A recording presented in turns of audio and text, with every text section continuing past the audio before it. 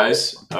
Welcome back to the podcast. Today we're covering striking and strikes, especially kind of strikes that happen at universities, post-secondary institutions. So a lot of students with, you know, debt. There's a lot of grad students that don't get paid a lot, and a lot of professors and academic staff that don't get paid a living wage. And so that's why we brought on Jacob, who was on the ground for the Rutgers strike, which was a pretty famous school strike recently. And he's here to kind of provide his perspective and kind of what he observed as a student at Rutgers. Um, if you want to just introduce yourself briefly, and then if you could provide a brief sort of recap of what the Rutgers strike was. Yeah, thanks for coming on also. I appreciate it. Thank you for having me. My name is Jacob. For anyone who doesn't know, I'm a photographer, filmmaker. I'm a student, college student. I attended Rutgers University for about 2 years, and I may still continue for a third year. Who knows? So, as a student that was on campus at the time of the strike, I had received like an email from my professor that discussed, okay, there's a possibility that this strike will, occur. And this strike had been, in the works for about a year, at least in terms of discussion. And when the strike had eventually, started to escalate, sorry, I apologize. When the discussions of a strike had started to escalate, then the professors had, decided to take a more active role in, actually engaging with the unions involved. And the strike, from my POV, was about things like the labor of the academics, those professors, the faculty member, the academic students, the grad students, and whatnot. Things like that, livable wages for those that are relying on this income, and things like healthcare, health insurance for those that didn't have access to that.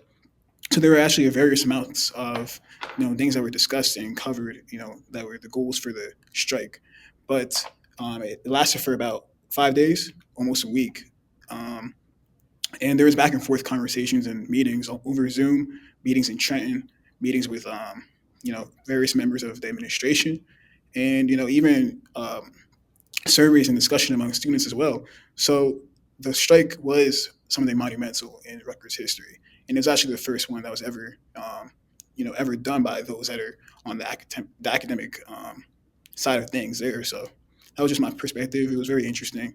Um, some students actually joined in, and when I say some, it was quite a lot. They were like just streets filled with undergrads that were there participating, and it was very educational. So it's very important to discuss these things.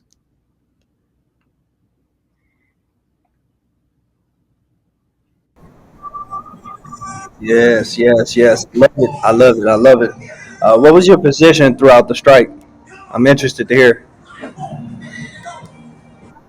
Yeah. So as a student, we had just received we received an email one day, just saying that there's talks amongst professors just about like, oh, strikes may occur, things of that nature being discussed. And as a student, we don't really, we don't know much about, a lot of the labor laws and things that are being affected and things that are affecting those that teachers at the time. Like, we're just here to get a degree and get out, just do other things, in between. So I remember being in a class once or twice and having my professor actually mention, and for the sake of anonymity, however you say that, he mentioned that they mentioned that it was very um, it was very unsettling that there were things being discussed that weren't being treated with respect in terms of like those that actually provide our education.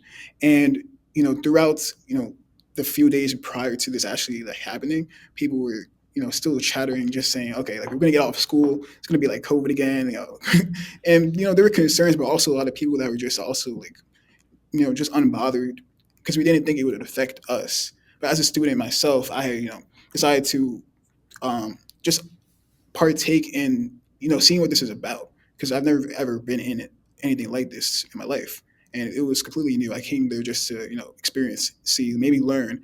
Um, I'm a photographer. I make short films, so I just really wanted to experience this and see, maybe really document something that would occur. And this was monumental, and I'm glad I had taken the time to do that. So that was my role. I didn't really play a vital position in terms of the setting up of the events that happened, but I feel like as someone that's able to spectate and see these things and commentate on it, I feel like it's important to provide that side of the you know of the discussion. Yes. Yeah, yeah, I would agree. Yeah. Now, could you provide some insight regarding how strikes are organized as somebody that was kind of observing, like how you saw it kind of play out from the beginning? Like, I'm assuming there was just kind of like a breaking point, or maybe something in particular happened that was kind of urged enough people to get behind it, and then how did that sort of like general dismay like actually become organized into a specific movement? I'm kind of curious about that. Yeah, and what's interesting about this is that if you don't know what was going on, if you didn't know what was taking place behind the scenes of your classes, most of us students really didn't have much of a clue that there were people that were not getting what they deemed appropriate from the school. And when it comes to how strikes are organized, from my own knowledge, I had done research after the fact, but what I saw, what I witnessed, what I actually experienced was, you know, it's a slow like a boiling of like the water, and like the water is the people, the ones that are actually like the individuals that are, taking the time to teach us, taking the time to provide education, different academic lessons for us that had slowly but surely they weren't really met with respect. And we had professors mention like this could be happening, but we don't want it to happen. And though people may paint it as that professors were actively just wanting more things and wanting more benefits rewarded to them, I had professors saying that they don't want to do this. They want to be able to um, communicate and proceed like nicely and without any conflicts. So slowly but surely, behind the scenes, people were having votes and discussions, trying to come to a reasonable conclusion and an agreement, amongst all the parties involved, whether that's the school, the unions, and the actual members of the academics. So the student involvement was, I would say, more minimal, although there were groups and organizations that engage in that side of things. So slowly, we received more communication from professors, and this would differ from professor to professor because I had the privilege of having ones that really value the education of the students, and with a warning being delivered between different classes, different groups of like Rutgers students discussing, saying like, my teacher is saying this might happen, my teacher saying this might happen. I'm a student and I'm hearing from other people affiliated that this could occur.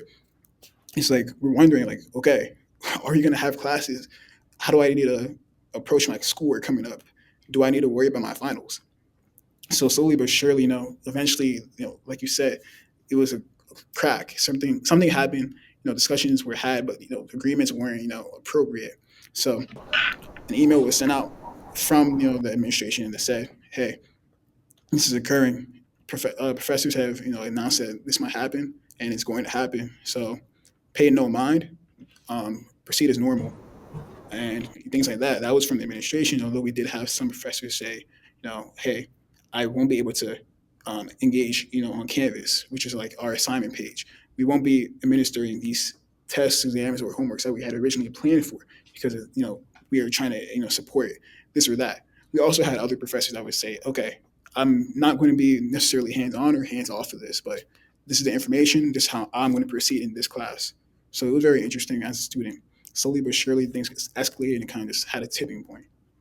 No, that's interesting. I love to hear that. What would you say were some effective and ineffective strategies that you observed currently from the strike? What do you think? I'm just curious to hear. And the strike itself, too, when it came to those that were involved, it was again more the academic side. So the students had no obligation to attend, these events, but many of us wanted to actually come out and support, our professors. So what happened was, on social media, many of the groups, organizations, different clubs, and groups of people have banded together, said, "Hey, like we want to be a part of this. Some other people, had other opinions and said maybe we don't want to be a part of this for these reasons. But like, Reddit, Discord, things of that nature. Like when it came to the student side of it, um, social media as a platform has really grown to become, a form of activism.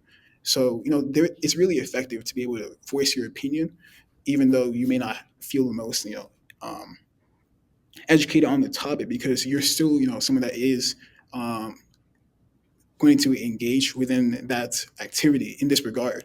But when it came to the actual people that were well versed in what was going on, they had educational resources to understand like these were the expectations. This is what like fell short of what we wanted. This is what we can do and make it better. So that was really effective. But when it came to like the actual strike itself, outside, just seeing everyone like outside, just lined up together, in solidarity, as they say, in unity, it was breathtaking, honestly. I've never seen anything like it.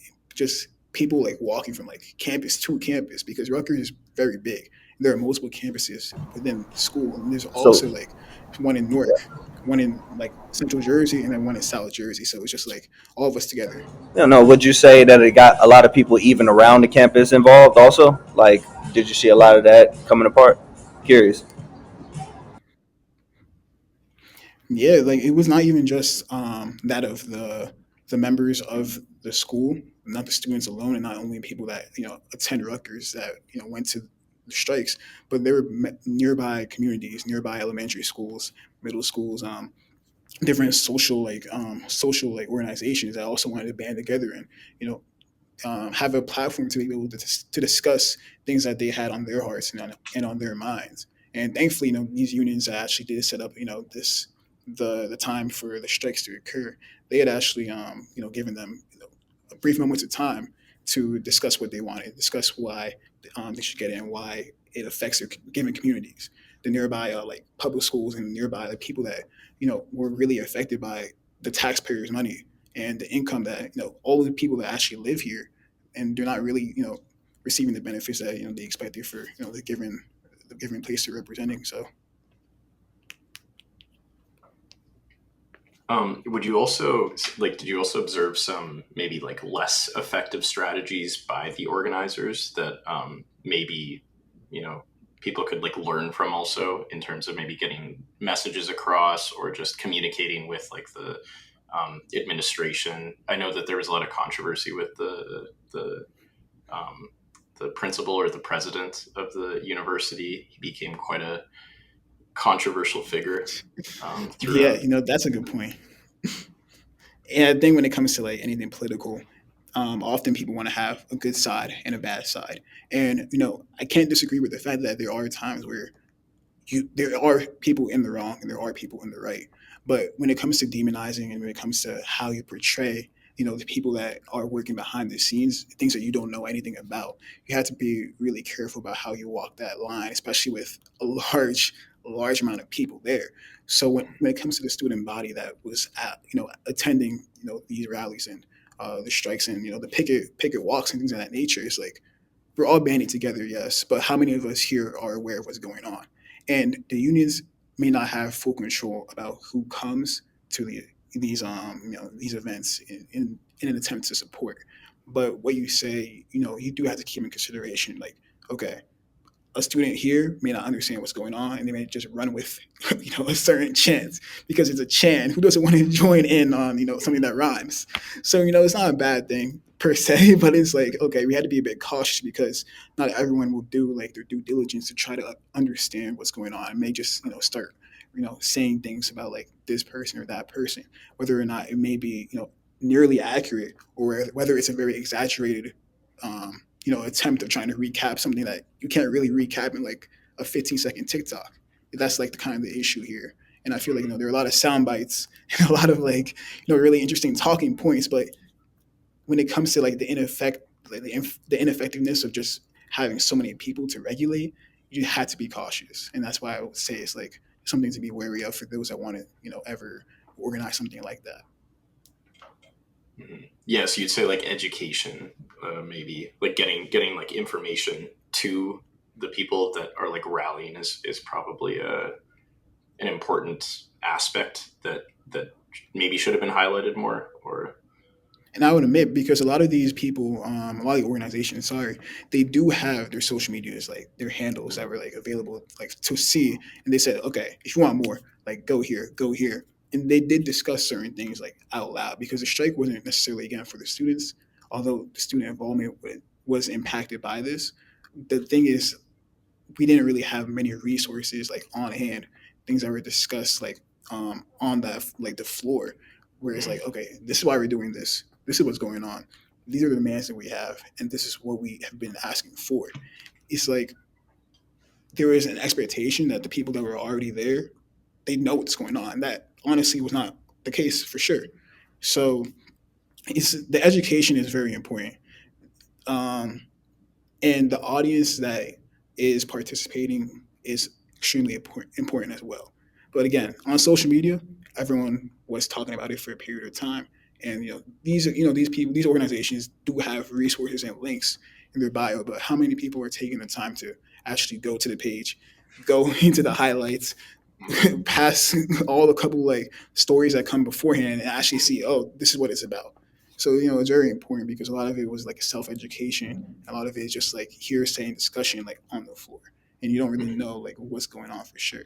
But also when it comes to the university as well, though, students don't have access to like all the financial information, all the things that go into what it takes to run a school. We only have what we is visible to the public eye, which can be manipulated or it can be completely honest, and that depends on like where it's coming from in the source. So things like that is just really important. Being educated, but also like understanding that you don't have all the facts. Mhm. Yeah, no, I love it. I love it. That's why I'm like, how do you actually see, let's say, like this language barrier? How do you turn that into like an actionable step? So that's mostly like when you get people to basically commit to action and something where they see that that connects with them on a material level. So, no, no, I love it. Yeah, it's like a lot of times people just want to have something physical, like maybe like a pamphlet, maybe something like is dangerous. Again, such a large crowd is like you're going to find papers that are across the street, and I don't know if that's a good thing or a bad thing after the fact. People want to some of the signs to be able to just have something to hold, something to like be able to represent what they're standing for. But it's like you have to be wary about like the cost of all these things and be wary of like the time it's taking to actually put these together. So I feel like these teams, these unions and organizations that are in that they work in preparation for these events before they actually occur. So the thing about unions are is like they don't just come onto the spot right away when something happens. Based on my knowledge, what I've learned is that they actually prepare for the situation ahead of time with the funding that is given to them by those that believe in their cause. So, do you have people on your team that are ready to have information for the public when it's necessary? People that are organizing it in a way that's consumable for those that are like wanting to be a part of this. And for when the worst case scenario does occur, it's like we can't rely on Twitter like to just find like Rutgers trending and just scrolling through those tweets. Like you had to have something in place for those that aren't social media like addicted like me that just know where to find the information. And that's kind of like something like material is very important, and I feel like it could help. And just being able to actually discuss it, like just taking just a small brief amount of time to really like define like what is an adjunct member, what is faculty, what are the post grads, like why do they deserve certain rights that you may not have actually expected, like who's doing the work, how is this work delegated amongst like a university. Like people don't realize that professors and people that do research, like it's not just like it's not a teacher that just comes in and out and the classwork is done when you have class. No, the education system is dependent on those that teach it, and it's not just those like what 45 minutes, hour and a half sessions that you have. It's a lot of Mhm. preparation and time that goes into that, and they need to have livable income and ways to actually like sustain what they're doing for us because university, school, education, like educational institutes, they're not there for like corporations to be like a branding, marketing, advertisement for like a sports team. They're there to further the next generation to be able to educate themselves or to be able to like learn or engage in material that they may not have prior experience, in knowing. So that's why I feel like so passionate about like things like that because like it's not just what's on the surface that is you know what's there. It's you have to dig deeper. You have to be able to understand what we're fighting for, what the cause is.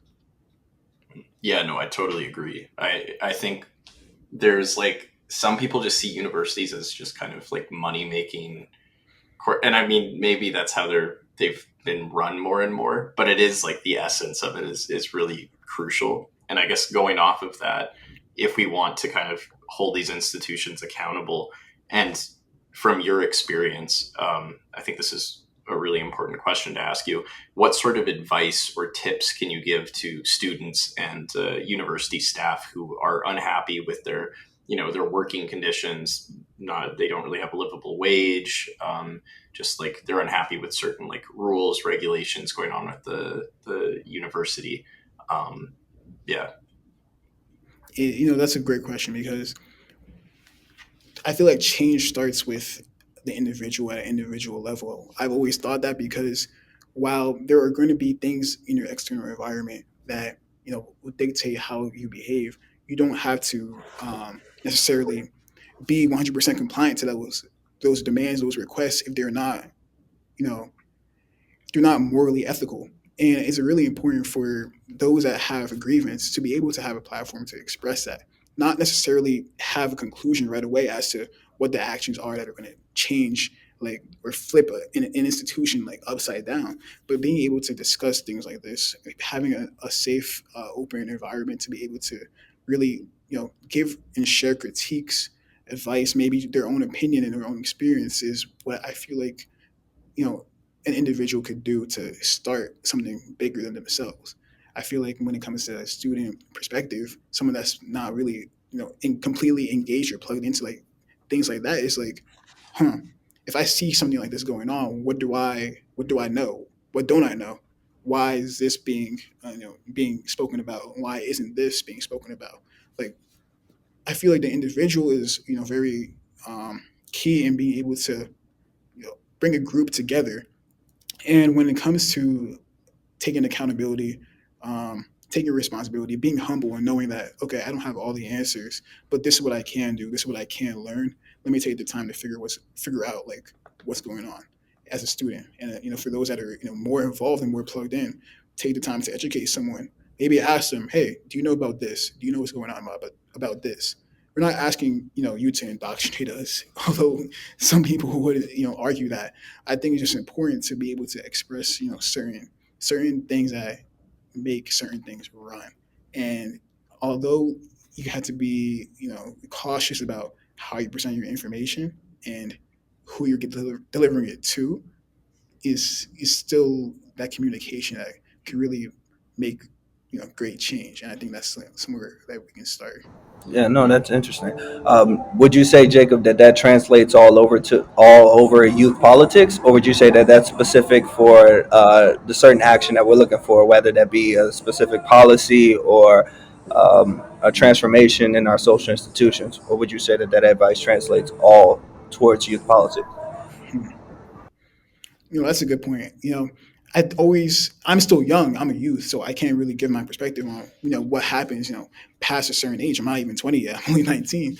So it's like when it comes to change, and when it comes to like being able to provide perspective, you may feel like you don't know enough or you don't have enough experience or expertise, but it doesn't mean that what you know isn't valid. And when it comes to those that are young and those that are old or those that are have been in a field longer than others, things are always changing and things are always going to have discourse. There's always going to be agreements and there's always going to be places where there are disagreements, to be honest. And I just think it's important to be able to voice those in an appropriate manner, in a respectful manner, when people's lives are are at stake, people's education, people's income, people's families, children. Like, it just can't be something that's idle. And I do agree. I feel like it's not only a youth centered aspect. I think it really translates to society as a whole, politics, commentary, things of that nature. Where it's like we all got to say what we know.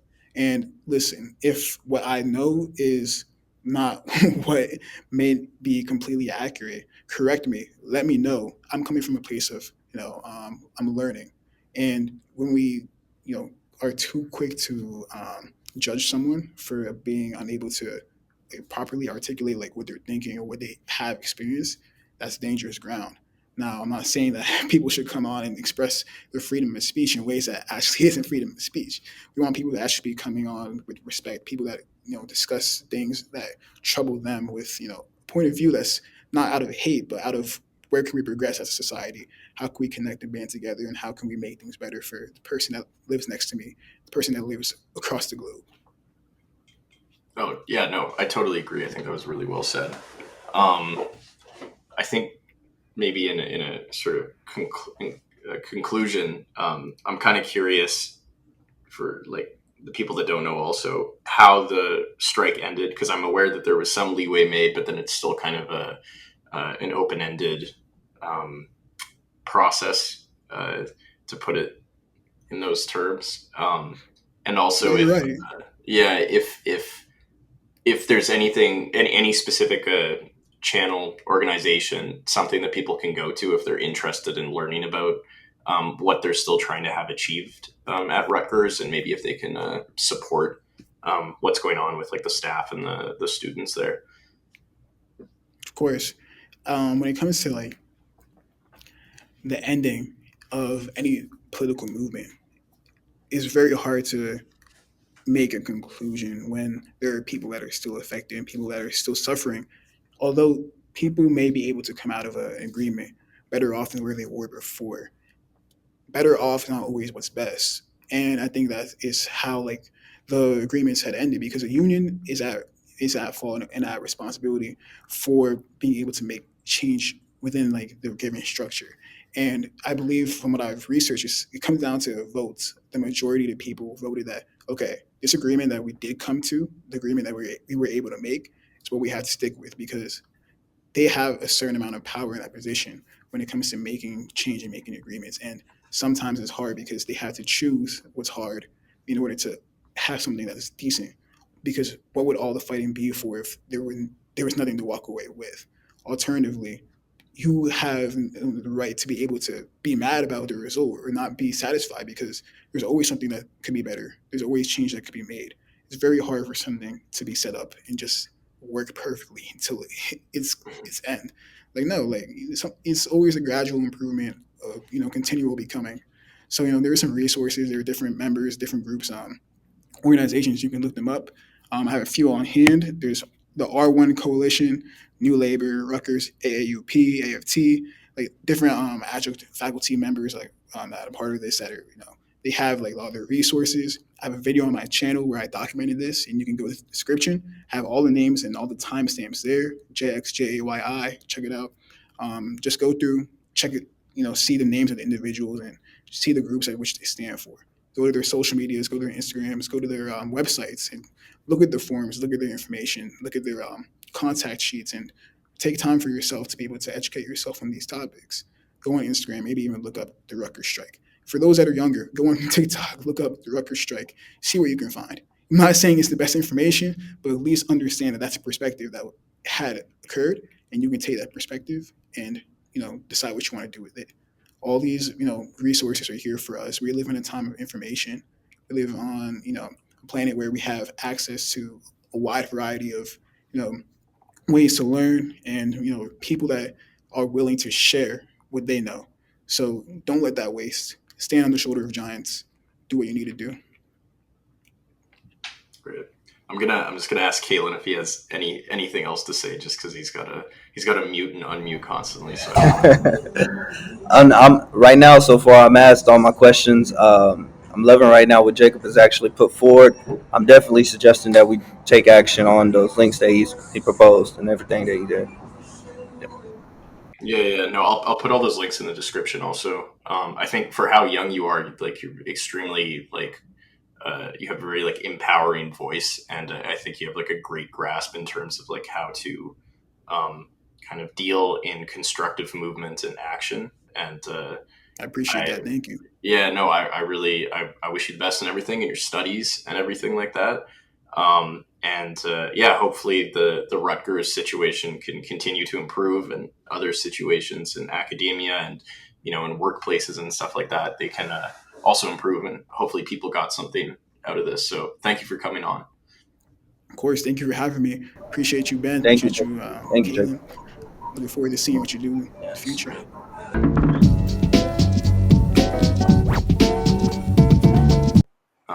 Today we're joined by Omar, who's very much involved in unions and organizing. And I feel like it would be better if you kind of introduce yourself and tell us your background and experience in this specific field. For sure. Hi guys, my name's Omar. I'm from California, and I'm an external organizer for the IWW. Um, I'm not sanctioned by them to come here or anything like that. I'm just coming here as someone who has some experience in some uh, campaigns that are happening locally. I've also attended some trainings where um, they basically teach you how to organize at your workplace. So yeah, That's cool. Could you explain the IWW a little bit? yeah, of course. So we are an industrial union that's based around having a one big union, direct action, and we practice something called solidarity unionism, where all the workers kind of band together against the employing class. And we believe that employers and the employees have nothing in common at all, and that their relationship remain very antagonistic. So we basically try to um, develop kind of, as a certain academic said, class consciousness with the workers. Um, yeah. That's cool. And then I guess to kind of end on the topic of your background and stuff, how did you specifically, like personally, get involved in this? Did you have kind of grievances at work yourself, or you were like unhappy about certain conditions? Um, Definitely, yeah. I was kind of looping in and out of kind of customer service, fast food type um, jobs, and it was super hard, especially as a full time student, to really juggle that around. The burnout was pretty crazy, so it was really intimidating and overwhelming for me to kind of figure out the whole unionization process, and what it looked like, and which union was right for me. And over time I kind of bumped into the IWW and saw what they stood for, and they got back to me super fast with an email and worked through the whole process with me. So after that I kind of just stuck around with them and wanted to kind of return the favor for other people. Oh, that's great. Yeah, and I guess on that point, what sort of kind of concrete kind of outcomes have came about from your work with them? I developed a lot of amazing relationships with other organizers, and it also really opened up the channel to kind of get in contact with people from like tons of other industries. I have, friends who are in Amazon. I have friends who are in kind of the education IU or the industrial union, and it's kind of building that worker to worker relationship, and backing each other up, especially now where things can seem pretty, especially after COVID, pretty isolating, I guess, especially as a worker. So definitely building that relationship and backing each other up is definitely a huge thing I got being part of the IWW. Oh, that's great to hear. Um, so I guess the main reason why I brought you on is you have some kind of practical background regarding opening up, unionization and organizing Mhm. workforces. And I'm kind of guessing, or I'm kind of wondering, like, how would you kind of describe a sort of step by step process of just an employee who maybe has not a lot of power in their position. They have specific needs that aren't being met by their employer. How would they go about from the start to the end in trying to, you know, advocate and potentially cause some sort of like change that does lead to those needs being met? Mhm. For sure. Especially at the IWW, we have tons of different people who come to us for help. A lot of these people either don't have any experience unionizing, and they really need help. And that's when our role kind of comes in as an external organizer, where we kind of lead them through the process of their specific campaign. And there are some people who do have experience with the unions, and they're kind of like disillusioned of the idea of it. They're kind of sick of how overly bureaucratic it could be, or one of the common things I've kind of heard about was they don't know where their dues are going at all. So there's that huge disconnect between the union and the worker, where the union kind of ends up becoming a third party, basically, instead of being the worker, an extension of the workers themselves. So um, we have tons of different people who come in. First things first is we try to get them um, in a training that we offer called the OT 101.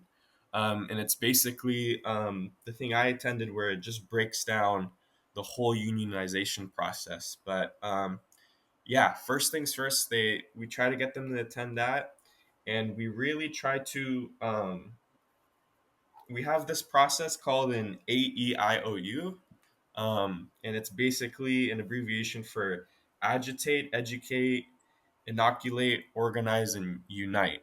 And it's basically this process where first things first, we try to agitate our coworkers. And I try to give advice and help them out with that. We basically try to um, basically agitate our coworkers about their conditions there. Like most coworkers already have pent up frustrations about their work, but they never really have like a channel or the ability to kind of like focus in on why it's happening and how they can fix it, basically. And after they agitate their coworkers, they basically try to educate them, which is basically um, after the agitation stage, where the problem is being posed. Education basically explains and kind of tries to like direct that agitation to collective action, basically to um, you know um, band together as workers against the employer. And the important thing about like this whole process is basically I'm just there to kind of guide them. Most of the fire of the union comes from the shop floor workers themselves, the rank and file. And how successful a campaign in the union is how involved the workers are in the union. um, but yeah, we basically go through that whole process, and then during inoculation, um, we basically try to assess the tools we can basically use um, to better the workplace. Um, Let me check my notes here real quick. Um, yeah, at this phase, um, this is when you kind of talk about the risks of what could possibly happen with the boss. So during the inoculation phase, you basically prepare them for uh, union busting and the type of tools the employer is going to kind of use against you, which is very much common. We've seen it with the Amazon union forming a while back, and we're starting to see it now with the WGA strikes and the Starbucks union strikes, where there has been tons of retaliation firings and such, and um, it's very very difficult to deal with when the workers are not like banded together, and the agitation and the education phase is super super important. um, a lot of workers tend to like kind of um, jump the gun and try to get a contract immediately and try to get the authorization cards to like form a formal quote unquote union. um, but at the end of the day, the goal is to like better the workplace. And I always um, we always tell the people who are interested in unionizing that the contract and the authorization cards, they're only a tool, they're not the end goal. Which kind of prevents workers from having, it could lead to more problems than good basically. But back on topic. Yeah, after the inoculation phase, the next phase is the O, which is to organize, which is, what to do from now and later, and you build the confidence of the organizing committee. um, and you basically assess all of the contacts that you made in the beginning. During the agitation phase, the thing to do before, which I kind of missed, was to build a contact list and a workplace flow map. Contact list is just basically the name and number of everyone in the workplace, and you basically try to write if they are sympathetic to building a union. Are they indifferent? Are they close to the boss themselves? And you basically try to work that out and map social leaders, which is basically anyone who has like a lot of like kind of social power in the workplace, or they're very sociable. They're always the one like initiating workplace hangouts, that kind of stuff. After noting that, then you write down the workplace map, which is basically um, how the workplace is structured physically. Where are the break rooms where you can talk to some of your workers? Where's the manager room? One of the things that I've been seeing is the room of the manager is super close to the break room. So definitely something to kind of keep in mind. After you do the workflow map, um, then you move on to agitate. So basically, after you have those two contact lists in the workplace map, you basically go to the organize phase, where that's when you really solidify the workplace committee. And you basically plan on getting as many people on board as you can. And you basically plan the last step, which is uh, the U in union, or push, sometimes that we call the push step. And you basically um, take on you intensify the process, where sometimes at this phase you can do something we call march on the boss, where you go public to the boss, and all the workers come together as a group. They go to the manager's office and they're like, hey, these are our grievances. We are the blank blank union, and we are letting you know that we want this fixed as soon as possible. um, Also, at this step, you can do a workplace slowdown if the manager doesn't cooperate. It all depends. But yeah, I basically help guide them through this process, the AEIOU, which is our bread and butter. And it's very common to go back to the steps and kind of in reverse order. There's a lot of backtracking and steps taking forward. It's a very long process, but this is how all the workers kind of build that connection and that solidarity together. um, and that's when things get done basically. Yeah, that was a perfect kind of process. I like the AEIOU is easy to remember. Also, For sure. um, I, I am kind of curious regarding. I guess there's two things. Do you sometimes run into the issue? Yeah, I guess I'll ask you this first. Do you sometimes run into the issue of, like you mentioned in the beginning, there's something inherently antagonistic between the like maybe employer employee dynamic, which is true.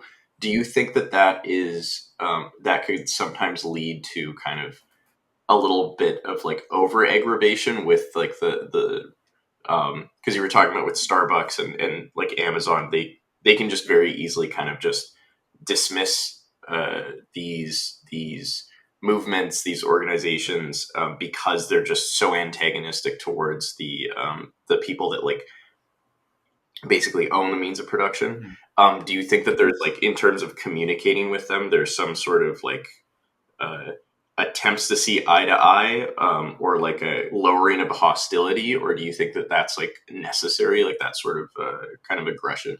Definitely. I think um, that antagonistic relationship always remains, even before the workers themselves think about unionizing. Um, if unionizing wasn't so powerful, they wouldn't be so scared of it. um, Amazon has spent like millions plus dollars trying to union bust, and they do those anti-union seminars, um, and even when the unionization process like formalizes, and they got a contract, they still break the contracts. So that antagonistic relationship always remains, and especially when it comes to um, forming the union themselves, they their main goal is to basically drive up profits and keep wages low at the end of the day. And a union can seriously hurt their profits, even if it's record high profits. They do not want workers to unionize, and oh boy, they do not want workers to strike. So definitely that antagonistic relationship will kind of always remain there. The only problem is that workers do not have kind of that consciousness of how powerful they really are.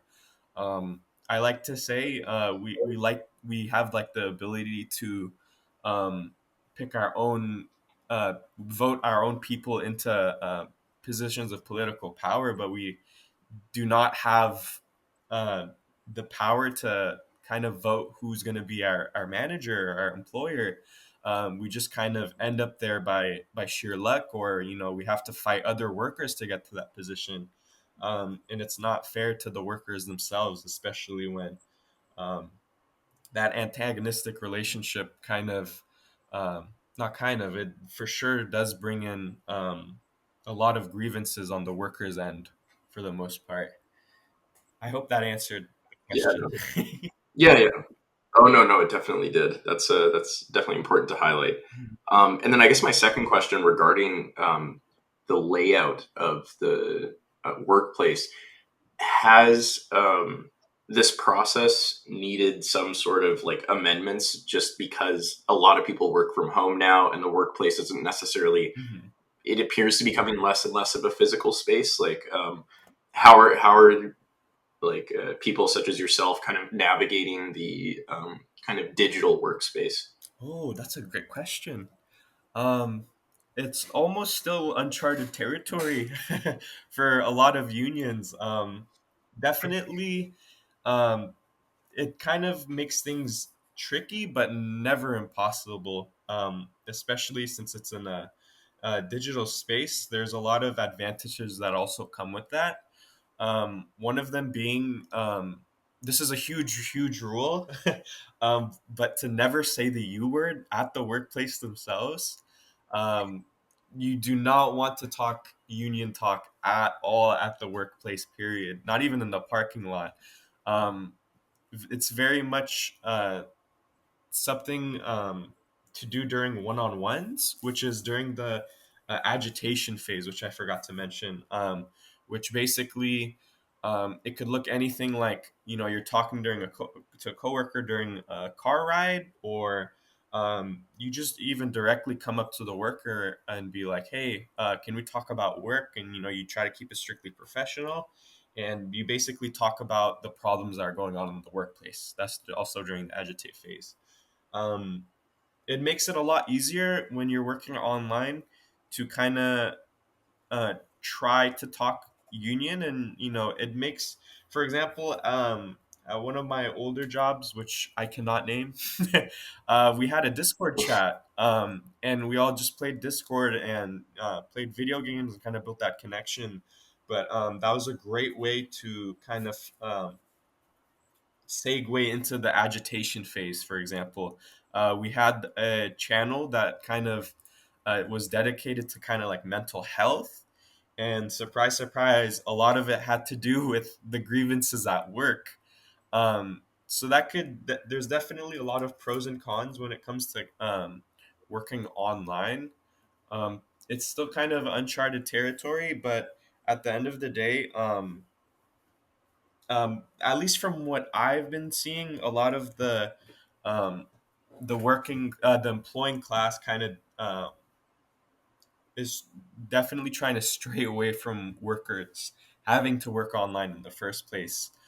They want people Mm, there. They want to be able to keep an eye on them, and if anything, you know, they want them to, as the small they want the smallest amount of workers to be able to work online, in my opinion. But yeah, it's definitely a lot of pros and cons, but it's not impossible at all to um, get to that unionization phase with it.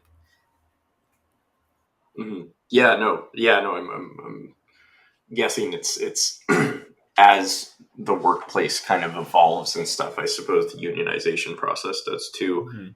Hmm. Um, I guess one last question, and you already kind of touched on it, but um, could you kind of speak more on this idea of employees not really knowing the power they have to organize, to kind of request certain things from their employers?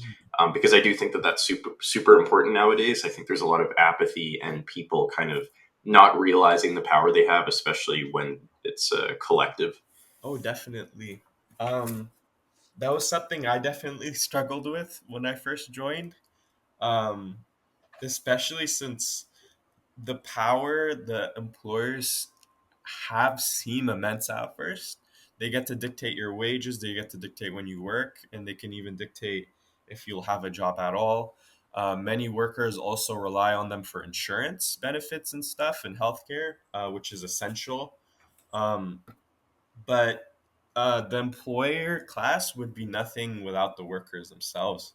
I'd like to take a look at the bread and butter of the IWW, which is the strike, of any union, honestly. But the strike is just basically all you're doing is just withholding your labor, and we've seen with the writers and the actors strike where they withheld their labor, and the bosses scrambled, um, and it's such an effective way of